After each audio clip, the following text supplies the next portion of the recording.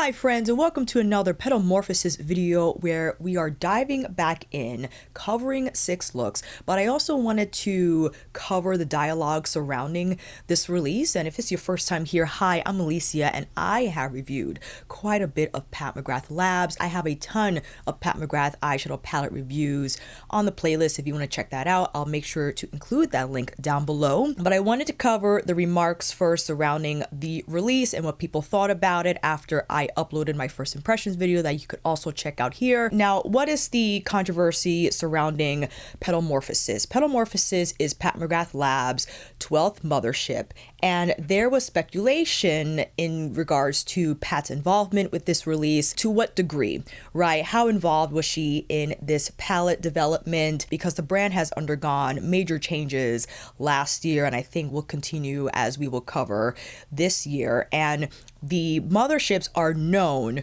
for what the beauty community called, including myself, the special shades. And I don't think the brand itself actually referred to these 4 here. And this is a limited Selfridges collab with Mothership 6 Midnight Sun, referring to these textures here, the formula here. It was an Italian baked shade, or excuse me, Italian baked formula, but in the portfolio of Pat McGrath Labs, you had like the triple number shade, like the 001s, the 005s, the VRs, the Astrals, and the Blitz, right? Depending on the palette, it'll have a different name, but those 4, that space in the palette was reserved for the baked formula. And up until Utopian Dream Mothership 9 is where we started to see the changes. Utopian Dream Mothership 9 is where we started to see a shift, because I think these were baked, but this was not. This was pressed.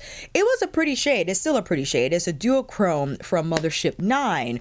But then we had Moonlit Seduction, which then debuted the new pressed formula, no more baked shades. And my original hypothesis was that the Italian lab that created these baked shades went out of business, no longer existing, but that is not the case. I was wrong. It is actually existing because they are producing baked formulas for other brands. So it's very much well running, but it appeared that Pat McGrath Labs faced major losses with the huge number of returns that took place at Sephora. Apparently, the baked formula was not well received, and many people, several people, customers, returned the palette because of challenges working with the baked formula.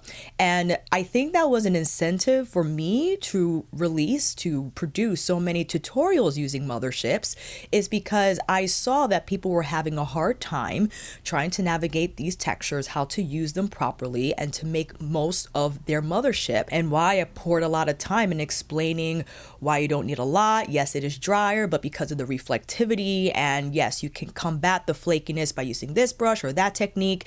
But lo and behold, it was not enough. My efforts were not enough.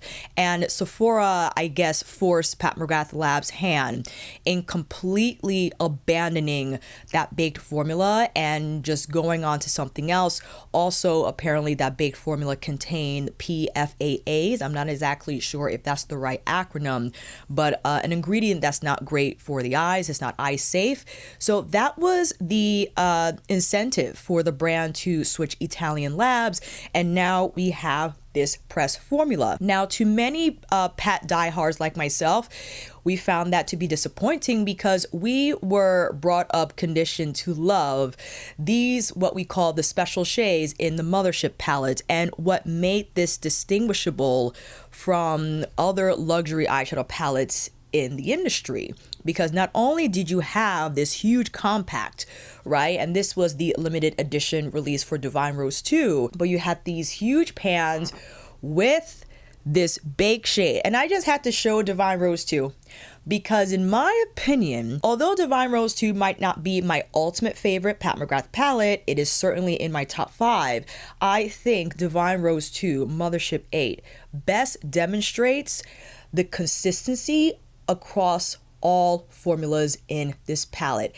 Everything from the mattes, the satin, the metallics, and going into the Blitz, the Astrals, and the triple number shades best performing out of all her palettes. You could even see the glow emitting from these pans. Just look at it, which indicates how smooth these drier textures are. And I can show you here, this is my my touched Divine Rose 2. Even Astral Pink Moon, right, which was one of the drier shades, just look how beautiful that is. In terms of it being the overlay shadow, you can layer on any of the textures here. And of course, we have the beloved VR Sextra Terrestrial that was all baked. It was a dual chrome, and the smoothness was just out of this world, right? So Divine Rose 2, and I think that's why it did so well, is that people were pleased with the bake shade performance across the board, that they didn't encounter any challenges.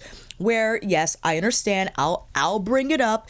Midnight Sun, my personal favorite Pat McGrath palette, unfortunately, where'd I put her? Oh my gosh, so many palettes. Had some challenges, specifically Blood Moon, right? And Blood Moon was definitely one of the chunkier triple number shades.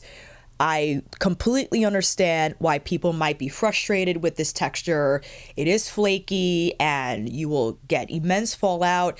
And I think that's why the brand developed the Intensifies wand, which was like a primer within the primer category for eyeshadows, but it had like more adherence to help the flakier texture melt on the lids to give off more of a metalled finish. Jubilee wasn't the most dazzling baked shade. It was more of like a burnished antique gold, but pretty nonetheless. Blitz Violet Orchid, by far one of my most favorite Blitz shades out of the entire Pat McGrath portfolio. Beautiful all over the lid. In fact, I wish the turquoise from Petalmorphosis came in this formula. Ooh, wouldn't that have been delightful?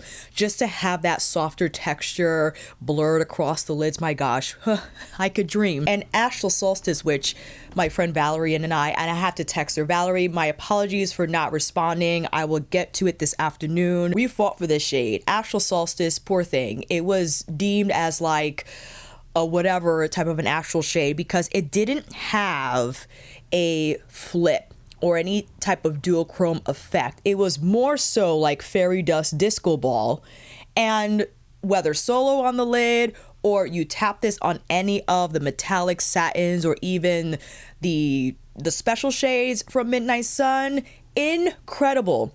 Look at that. It's just insane. Astral Solstice for the win. So I understand people's frustration, and it's funny, some express how they don't even miss the baked shades. They prefer this pressed formula.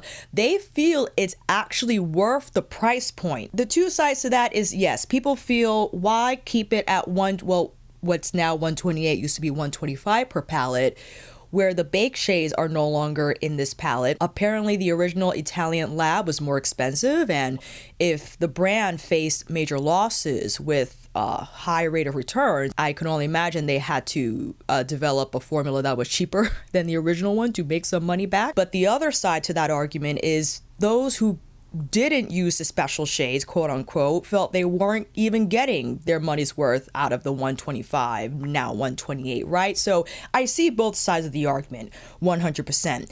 And something else I wanted to bring up is Subversive, but also the first three palettes that kicked off the Mothership era in 2017. And my apologies for not screenshotting the original comment that brought up this point, but I think an important one to cover is that the first three Motherships had their own illustrations, right? Distinct for each, basically reflected the color story for the three Motherships, because when we got to Mothership 5, Bronze Seduction, I forgot the name of the photographer, which the brand was in a lawsuit with, so I don't exactly know what happened with that. But this is what we continue to see through Petalmorphosis that just recently released, basically a variation of her. Depending on the palette and the vibe, you would just see this in different variations and in a different illustration. So that's something I do miss, that I wish the brand kind of did, like, had a departure from this face and created an entirely new illustration for their other Mothership palettes, but whatever, we'll see. Which brought me to mention Subversive. Now, although Midnight Sun is my ultimate favorite, and I love Divine Rose 2 for its impeccable formula performance, if you were to ask me which palette out of all 12 you think best represents Pat and her brand, 100% Subversive. It's electric, it's raw, it's edgy, it's grungy, it's luxury all at the same time. It's giving runway, unapologetic, just out there. And maybe this is your first time seeing Subversive, okay? And you're thinking, oh, well, we've seen those colors before. You got to go back to 2017 when this first dropped, okay? And within the luxury beauty space, to have a compact this big and with these types of colors, okay? And back to the press formula debacle, apparently all Motherships, the original formula, will be replaced with this press formula. Yep, it has to be done. Apparently Sephora will not continue to sell Pat McGrath Labs unless they make that change, which leads me to wonder, how will these shades now look, the original special shades in the original or the older Motherships, perform with a new pressed formula? I don't know. I guess we'll have to see. It will be interesting. I'm happy I have my old Mothership so I can make that comparison when the time comes. I don't know if I'll buy all new Motherships because that's a ton of makeup that I think will be a waste. But maybe I'll just buy one Mothership with the new press formula and compare to the old baked one. I have to swatch Gigabyte. And let's take the time also now to go over a few comparisons. So this is Gigabyte, a baked formula. You can see it has more of a burnished finish. And this guy here, let me be respectful and get the name. Hold on. We have Astral Eden Envy compared to our beloved Gigabyte. So this has more of like a darker backdrop. But I can see the similarity in terms of the texture, right? You can see that they're shine still. They are both shiny, but there's a little more smoothness to Gigabyte, in my opinion, just is because it's baked. That's just what it is. You know what I mean? But there probably will be more pickup from a press shade versus a baked one. So there's that other side. VR Pink from Subversive, again, a baked shade, is almost like a pink neon overlay shade. Beautiful on any metallic or satin shade from Subversive. It's hard to detect, but there is a gold flip there. And I can head over to the actual Sunset Splendor shade, which is not baked, but pressed. I don't think this has the same duochrome effect. And what I miss about the old bake formula is that these weren't, with the exception that those that were, they didn't have such a heavy backdrop of color, which meant it was a little more versatile in terms of how you could layer the texture. And something I emphasized in my older tutorials is that the actual shades weren't meant to like pack on the lid. They're meant to be lightly tapped to just give that twinkle effect with little product. That was the point of it being baked, and that yes, it was drier, but you're not meant to put a ton on your eyes. And then Astral Ghost Orchid was like the transformer shade, had the translucent base with the pink flip. And listen, people will see this and they're like, I prefer that. I want the color, I want the shine. What is this gonna do? Well, again, this was like the tap shade that if you wanted to bring that pink flip into any of the other colors in Subversive, you had that opportunity. And then Blitz Amethyst, definitely a duochrome, beautiful shade, one of my all-time favorites. Yes, I see the flakiness, I do, but with the help of the Intensify wand and all that, it wasn't so bad. I made it happen. but I get it. But allow me to swatch one of the metallics here. This is Lazarus. Again, one of my all-time favorite colors from the Pat McGrath Labs portfolio for eyeshadow palettes. And here we have Cosmic Fantasies.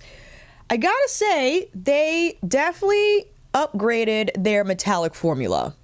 It's similar, but I think the new metallic formula, I guess depending on the palette, has a little more shine, maybe? I think they're quite similar, right? In terms of the texture, they look smooth, they're rich, they're creamy. Listen, I'm just happy that I have my old Motherships to compare and to reminisce with.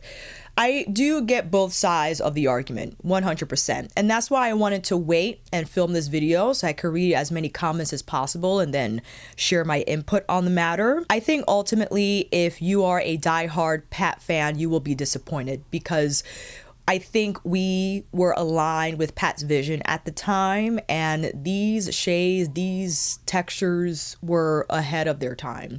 And I don't think the majority of the consumer space appreciated these baked shades. I mean, clearly evidence from how many returns that took place, the negative feedback about the baked shades, how people didn't get why they were so special, they were dry, they had fallout, they bothered their eyes, irritate, whatever the case was with those individual experiences, overwhelmingly showed that the brand had to make some type of a change because they were in the red. They probably are still in the red. And to now make up for that, they had to switch labs, create a similar performing formula that gave the impression of the shades being a little more special than the metallic or the satin finishes in the palette, had a little more sparkle, a little more pizzazz and that. But listen, from someone who understood Pat's bake formula, okay, and even admitted that some of the bake formulas weren't great, and you could have ran the risk of the Blitz, I say Blitz, but the one that was more baked. So like the Blitz Orchids and the Jubilees, right? People had issues with that texture, that formula drying out over time. I think specifically it was a Nocturnal Nirvana, the holiday quad that released in 2019? No, 2018. 2018? That purple dried out, I felt like, on everybody. And it's a shame because it was a great shade, but people felt they couldn't use it over time, that they just couldn't get the pickup on the brush and on their eyes. And even with the finger, it was a little hard to maneuver because, you know, when you're trying to smooth out the edges, easier to plop it on the lid, but if the shadow is so dry, people had a hard time blending the edges when on the lid. I can understand that completely. But those are my remarks, and many of you have requested a dedicated comparison video, which I think I will film at another time. Maybe I'll just make that a live so that I don't have to edit it. I know, I'm so lazy, because there are a bunch of palettes that I will have to pull out, and just thinking about all the comparisons kind of makes my brain explode, but it's fine. We're gonna get there soon. Let's now get into the 6 looks, which, again, if you actually like Petalmorphosis, like, there are people that are like, I like this color story. I've never purchased a Pat McGrath Labs palette in my life. I've always ignored them, but this right here speaks to me. Great. Or if you're still unsure of it because you are still sad about the bake shade thing, I would say this: if you have the palette and you felt it's not Pat McGrath's best, I think it's nice to still embrace the color story, because I actually quite like it. I like the Electric Garden inspo behind the palette, and the fact that you can go super colorful or you could keep it like more subdued depending on the combinations. So that's what I wanted to explore today, and this in itself could have been a completely separate video.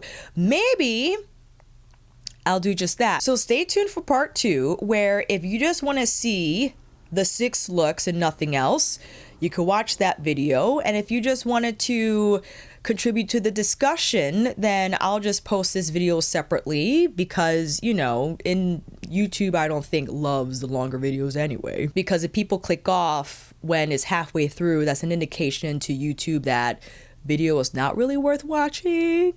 versus if I just do a separate 6-look video and people watch that all the way through.